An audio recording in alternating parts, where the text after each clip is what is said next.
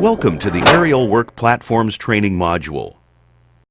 This module will cover the following topics: types, requirements, controls, preparation, work rules, hazards, and precautions.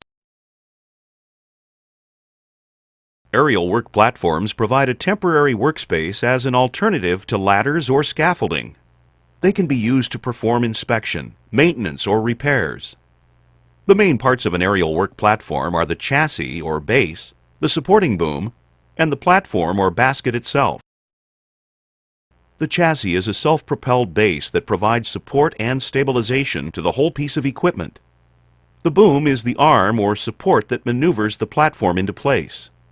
The actual platform can be a large railed platform or an enclosed insulated basket. In either case, it should support the worker and any necessary equipment. This module describes different types of aerial work platforms and how to operate them safely.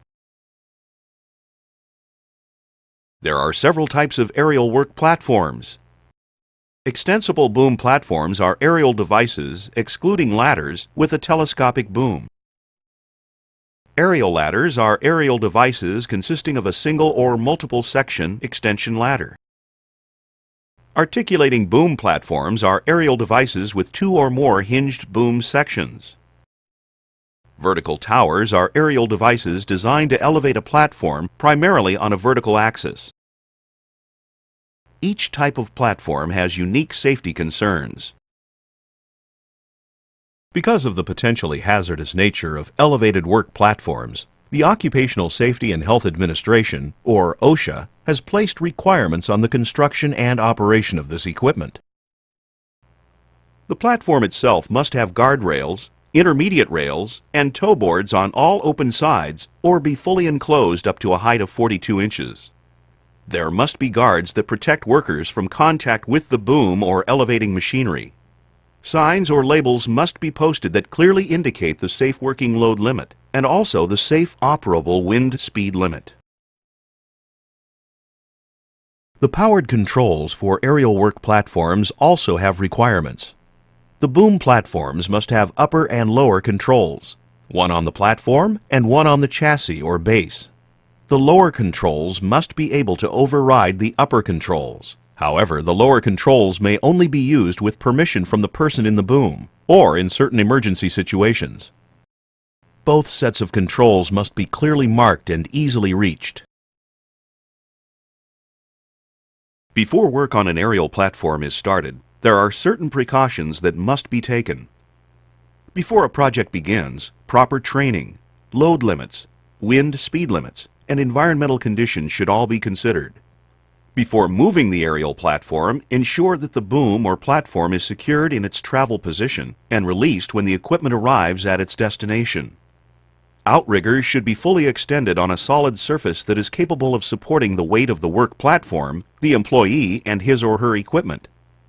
Wheel chocks should be used if the platform is parked on an incline. Controls should be tested before manned operation to ensure safe and smooth movement. While working on an elevated platform, a full-body harness must be worn. It should be attached with a lanyard to the basket or platform in a manner so that fall distance is minimized. Do not tie off to adjacent poles, structures, or equipment. Always stand firmly on the floor of the platform. Do not lean over or sit on the railing.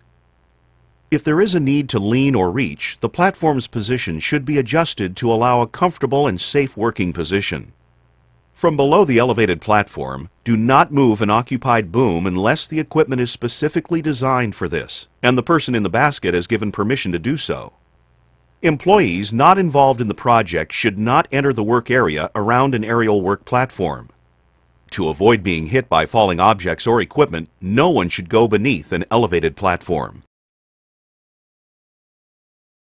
Injuries or accidents from aerial work platforms usually fall into one of a few main categories.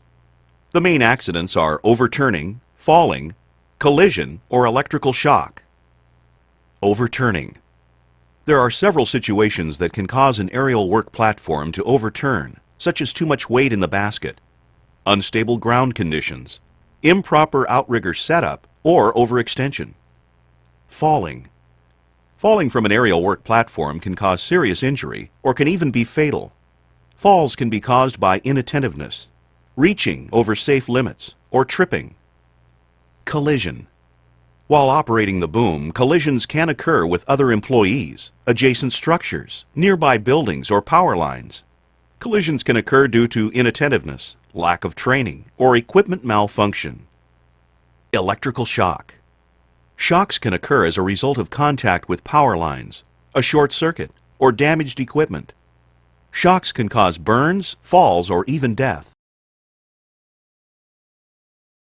Because of the potential for fatalities and disabling injuries, it is very important to remember the following rules when using aerial work platforms. Always obey the load limit of the platform. Operate platforms under the maximum safe wind speed. Evaluate the ground under the platform for adequate support capacity. Place platforms on grades less than the maximum allowed incline. Only use outriggers in their fully extended positions. Ensure adequate clearances of nearby buildings, structures, and power lines. Never use an aerial work platform as a crane or hoist. Aerial work platforms are unique pieces of equipment that require training, patience, and attentiveness to operate safely. Carelessness, distraction, or improper training can cause damage to equipment, injury, or even death.